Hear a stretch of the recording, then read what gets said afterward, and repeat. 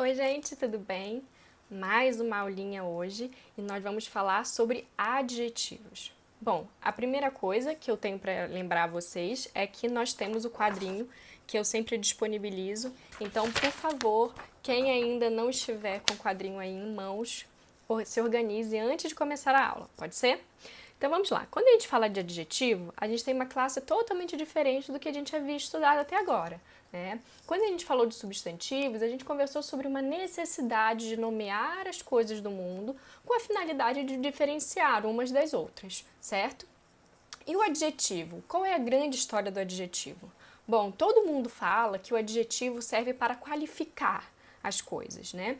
Mas vamos trabalhar isso de uma forma mais científica e de uma forma mais lógica, que faça sempre sentido.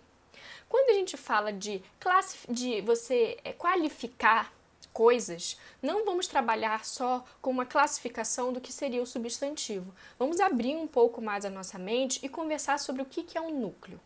Bom, quando eu tenho uma frase assim, Vanessa jogou o papel de bala no chão. Bom, quando eu tenho essa frase, né, a gente tem aí palavras que são as palavras principais. A gente tem Vanessa, jogou e papel, certo? O resto são informações extras que a gente adiciona à nossa frase com a finalidade de passar a informação correta. Mas quando a gente fala de partes essenciais da minha frase, nós temos essas três palavrinhas. Quando a gente diz Vanessa, a gente percebe aí que Vanessa é o quê? Um substantivo próprio, certo? Jogou. Jogou é o nosso verbo. Nós vamos estudar verbos mais um pouquinho à frente, tudo bem? E o papel é um substantivo comum. Bom, então nessa frase daí, nós temos como palavras núcleo esse substantivo e o verbo, certo? Então, aonde entra o adjetivo? O adjetivo entra exatamente nessas informações extras que a gente vai adicionar à nossa frase. E ela entra com a finalidade, essa informação ela aparece com a finalidade não só de qualificar, mas também de especificar o núcleo, sendo ele substantivo, sendo ele qualquer outra palavra. Nós estamos falando de palavras essenciais, certo? Então a finalidade de um adjetivo é qualificar ou especificar o núcleo. Vanessa, como assim especificar? Vamos aí para o quadrinho que eu tenho com vocês. Quando eu tenho a parte de qualificar, eu coloquei o exemplo. Carol é uma garota organizada. Quando eu falo garota organizada, vocês concordam comigo que eu estou qualificando a garota. Não é uma garota de outras características. Ela tem a característica de ser organizada. Todo mundo foi comigo? Então aí a palavra organizada tem a função de fazer exatamente a qualificação do núcleo garota. Já na parte de especificar, eu tenho a garota organizada saiu da sala. O organizada não está ali só qualificando a garota, mas mais do que isso, ele está ali para especificar qual foi a garota que saiu da sala. Não foi uma garota qualquer, foi a garota que é organizada. A garota que não é organizada não sai da sala. Então, esse segundo exemplo que a gente tem aí mostra que o adjetivo também tem a função de especificar, certo? Além disso, nós temos o que nós chamamos de adjetivos pátrios. O que são adjetivos pátrios? São qualidades ou especificações que você dá ao núcleo, mas com a função de falar sobre um lugar. Então, quando eu falo assim, o menino é japonês, esse japonês está qualificando o menino, certo? E essa qualidade que a gente dá ao menino é uma qualidade sobre o lugar de origem desse menino. Por isso, a gente chama de adjetivo pátrio. Adjetivo porque qualifica ou especifica e pátrio porque determina o lugar. Tranquilo? Para a gente continuar a conversar, a gente precisa saber o que é uma locução adjetiva. Isso vocês podem levar para todas as classes gramaticais. Sempre que a gente fala de locução, a gente fala de mais de uma palavra fazendo a função de uma só classe, tá? Então, por exemplo, quando eu tenho assim, as meninas do colégio, eu tenho aí um núcleo meninas, concordam comigo? E esse colégio, do colégio, na verdade, está dando a qualidade ou especificação de quem são essas meninas. Concordam comigo? Mas a gente não tem só a palavra colégio dando essa característica. A gente também tem do colégio. certo? Eu falar só meninas colégio, eu não vou ter muito sentido. Tranquilo? Então, o que é esse do colégio? A gente tem mais de uma palavra, a gente tem a palavra do e a palavra colégio, fazendo a função de uma só classe gramatical. E qual é essa classe? Adjetivo. Isso nós chamamos de locução adjetiva. Mais de uma palavra fazendo a função de um adjetivo. Essa locução tem uma especificidade muito interessante, que ela sempre começa com preposição.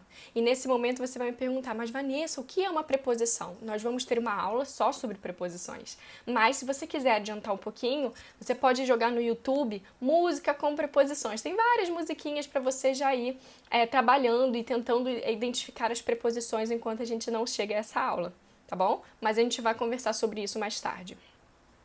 Bom, sobre a formação dos nossos adjetivos, eles podem ser primitivos, derivados, simples e compostos. Aí você pega seu caderno, abre na aula de substantivos que a gente tem exatamente as mesmas informações. O que é uma formação primitiva de um adjetivo? É quando a gente tem uma palavra que está dando a qualidade ou especificando uma outra palavra no núcleo e essa palavra vem de é a origem das outras palavras. Ah, Vanessa, eu não entendi. Como assim? Bom, quando eu falo o livro amarelo, eu tenho aí a qualidade de amarelo.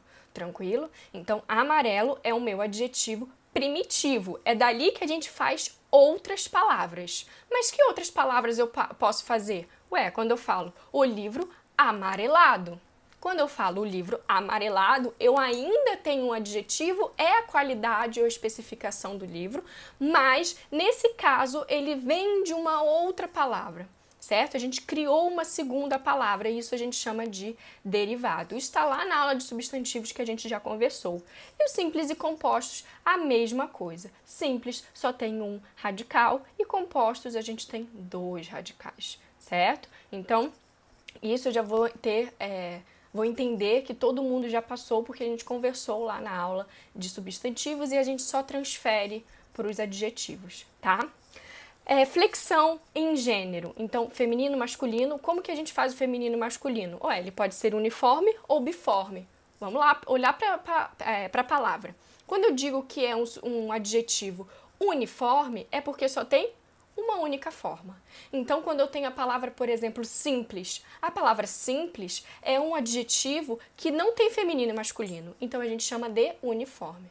Já o biforme é a maioria dos adjetivos. Lindo, linda, né? Então, quando a gente tem esses outros adjetivos, a gente tem duas formas para fazer o gênero. A gente tem a forma do feminino e a forma do masculino. Tranquilo? Fácil? E flexão em número, singular e plural. Tranquilo? Até aqui nenhuma novidade muito grande.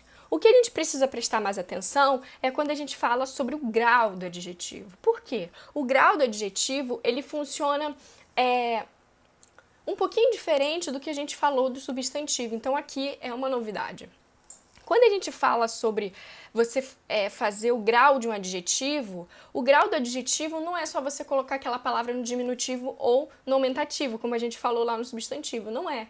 Quando a gente fala de grau, a gente fala de comparação, né? Então, quando eu falo lindo, eu preciso comparar outras coisas para eu dizer que aquela é linda, certo? Então, grau é sobre comparação.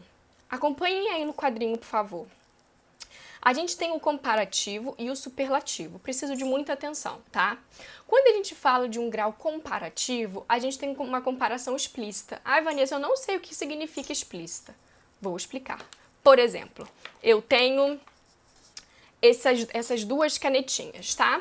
Então, eu tenho essa que é uma caneta azul e essa que é uma caneta azul também. Mas nós vamos comparar o nível, o grau de azul dessas duas canetas.